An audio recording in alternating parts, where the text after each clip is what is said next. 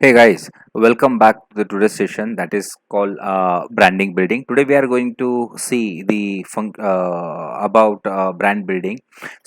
Let's go ahead with the today's session.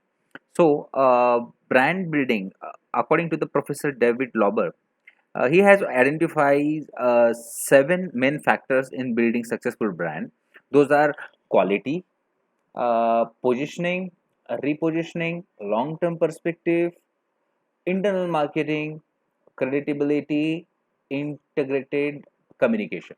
These all are the factors has been mentioned and illustrated or identified by David Lauber. So let's see quality first. Quality is a core benefit which consumers expect. Most of top brands are famous due to their high quality, like Sony, HP, Honda, etc., etc. And as far as research is concerned, so research confirms that statistically, higher quality brands achieve a higher market share. Yes, it is true.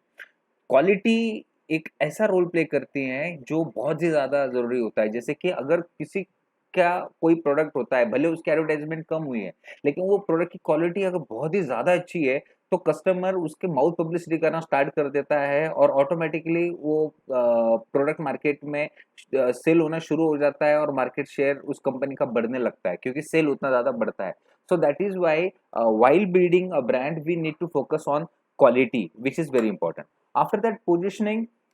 As far as positioning is concerned, positioning is nothing but an impression which is created by the company in the mind of the customer. जो मैंने मतलब which is really very important, and this is not so easy task for a company to make such kind of position or place in the mind of the customer. It takes a lot of time because customer के दिमाग में घुसना और उसके दिमाग में जाके आपके ब्रांड का ठप्पा लगाना ये बहुत डिफिकल्ट टास्क होता है। तो ये यहाँ पर ध्यान दिया जाता है पोजीशनिंग को, इसलिए हमने फंक्शन में रखा हुआ है। तो यहाँ पर होता ऐसा है कि पोजीशनिंग अगर सही तरीके से की जाए तो आपके ब्रांड बिल्डिंग में काफ़ी हेल्प मिलती है और आपका ब्रांड काफ़ी अच्छे से मार्केट में चल सकता है, क्योंकि पोजीशनिंग हमेशा कस्टमर को रिमाइंड करती है आपके प्रोडक्ट की। तो पोजीशनिंग हमेशा हेल्प करता है प्रोडक्ट हमेशा बाय करने में या रिपीटेटिव बिजनेस देने में।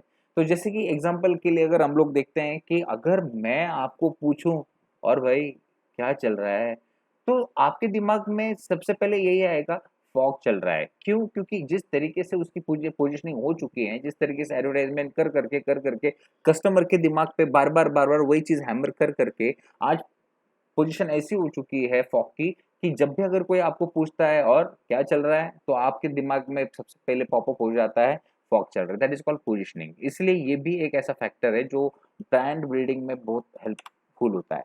रिपोजिशनिंग, it is self explanatory term. रिपोजिशनिंग क्या होता है ये आपको अच्छे से पता है कि when ever company see that their product is in the phase of maturity or decline phase of product life cycle, so that time company always try to reposition their existing product with some added new value in that। जैसे कि Lifebuoy की अगर हम लोग बात करते हैं तो लाइफबॉय साबुन बहुत सालों से चलते आ रहा है और काफी सक्सेसफुल चलते चल रहा है और काफी सारे कस्टमर्स उसके आज भी है, कंज्यूमर्स आज भी है, बहुत सारे लोग उसको यूज करते हैं।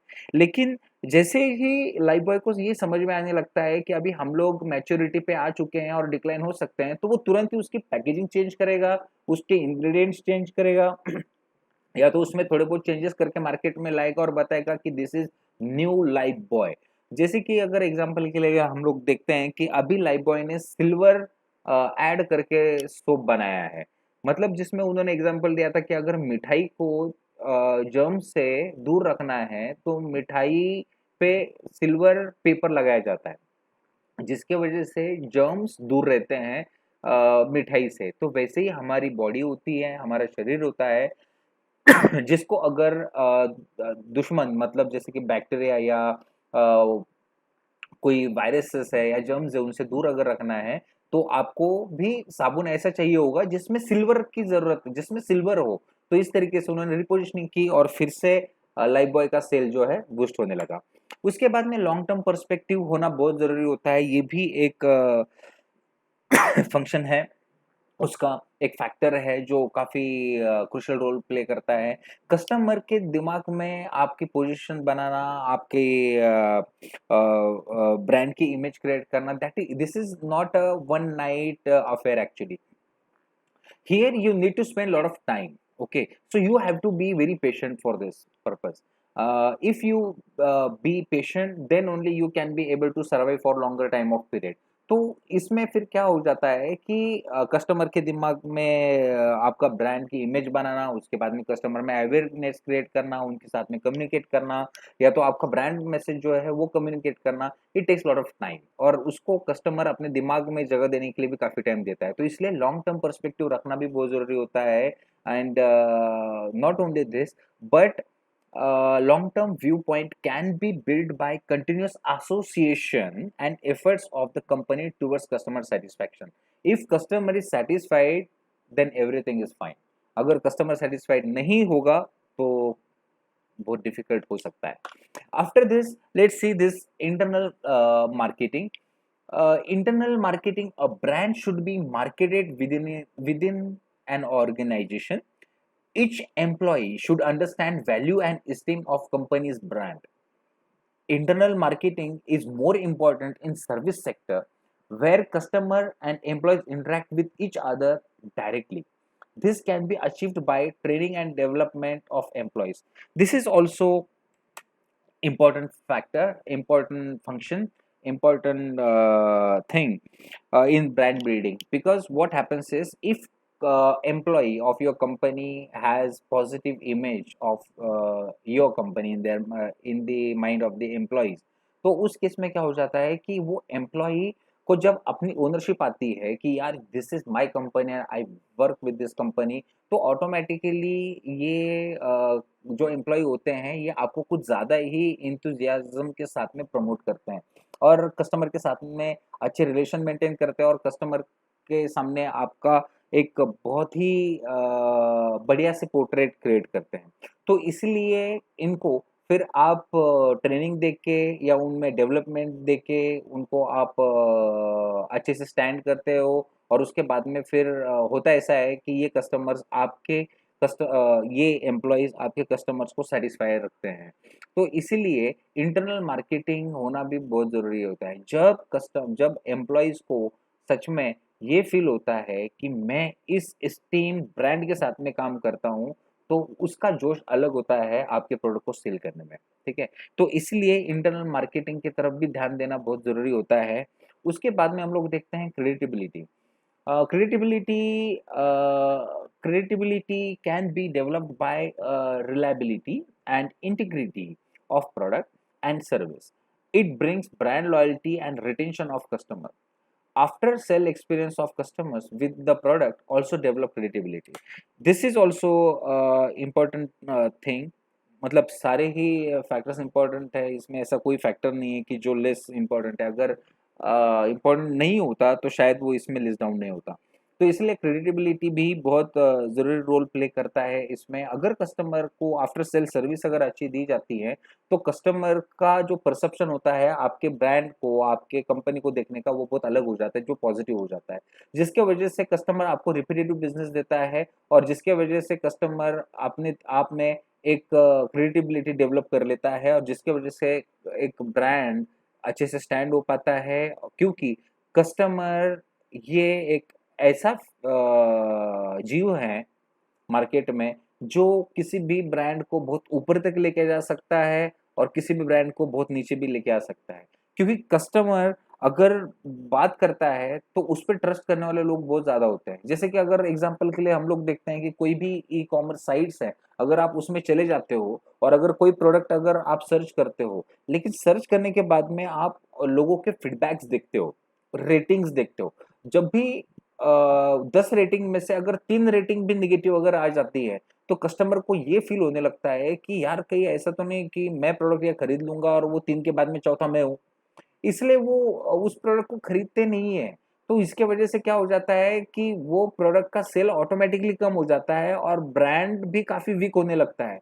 That is why development in the credibility matters a lot. इसलिए कस्टमर को आफ्टर सेल सर्विस देना बहुत ज़रूरी होता है। कस्टमर को एक अच्छा एक्सपीरियंस देना बहुत ज़रूरी होता है। इस तभी आपकी क्रेडिबिलिटी बढ़ेगी कस्टमर के माइंड में, कस्टमर्स में, और आपको अच्छे से बिजनेस मिलेगा. After that, the last one is integrated communication. The role of marketing communication is to inform public about policies and attributes of the products. It plays an important role in building a successful brand.